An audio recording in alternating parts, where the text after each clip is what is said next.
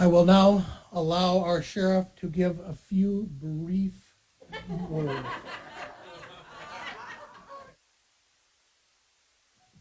I was told I had 30 minutes. No, this shouldn't take very long. Bear with me, I have a frog in my throat tonight. March 9, 2010, 3:53 a.m. My phone's ringing. It's the police department. I answer it, expecting that it's going to be a homicide investigation or a shooting. I'm already choking up. It was the Deputy Chief, John Holda. He says, Gary, you don't have to come into work. I was calling you before it hits the news. Officer Jim Bono was killed this morning. I was stunned. Stunned. I asked what happened, and he told me the details and explained that the suspect had been killed. He explained that another officer, Darren McIntosh from Blackman Township, had been shot and he was undergoing emergency surgery.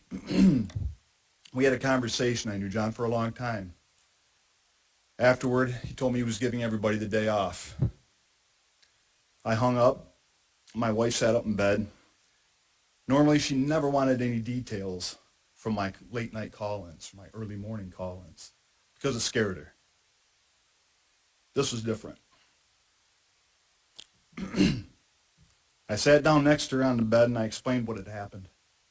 She hugged me and I told her I gotta go. She didn't want me to, but she didn't argue with me. I went in about 5 in the morning, and it was apparent that no one else could stay home either. I think everybody in the department was there. Talked about what happened, tried to figure it out. What do we do next? Finally, somebody said, go to Bob Evans. Let's get some breakfast.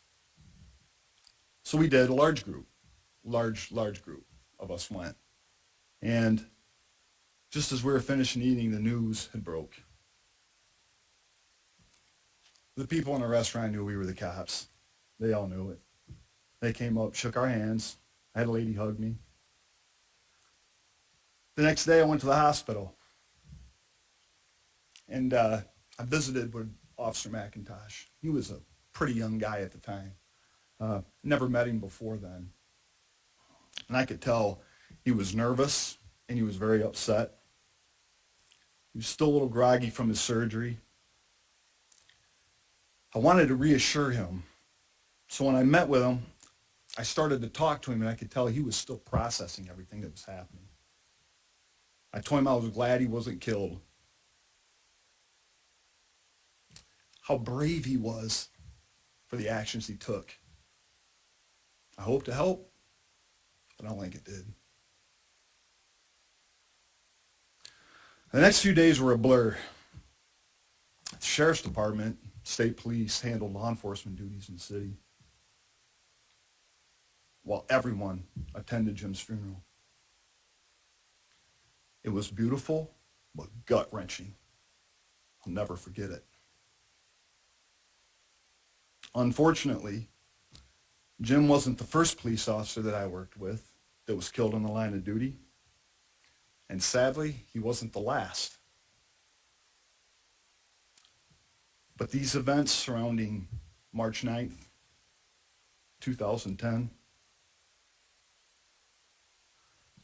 they're carved into my soul.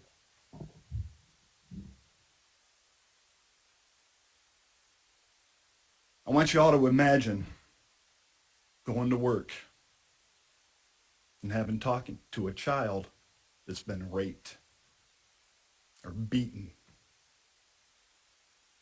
or going to the office and your first order of the business that day is attending the autopsy of a teenager.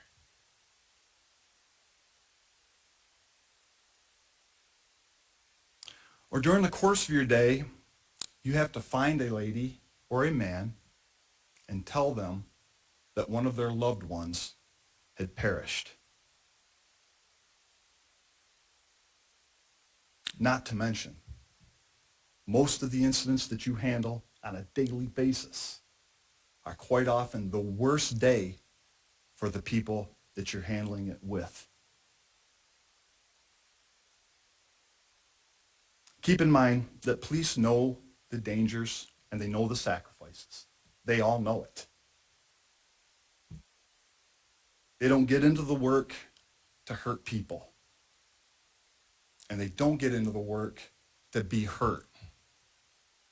They simply want to help. It's a difficult, endless, glamorous, thankless job, but it's got to be done.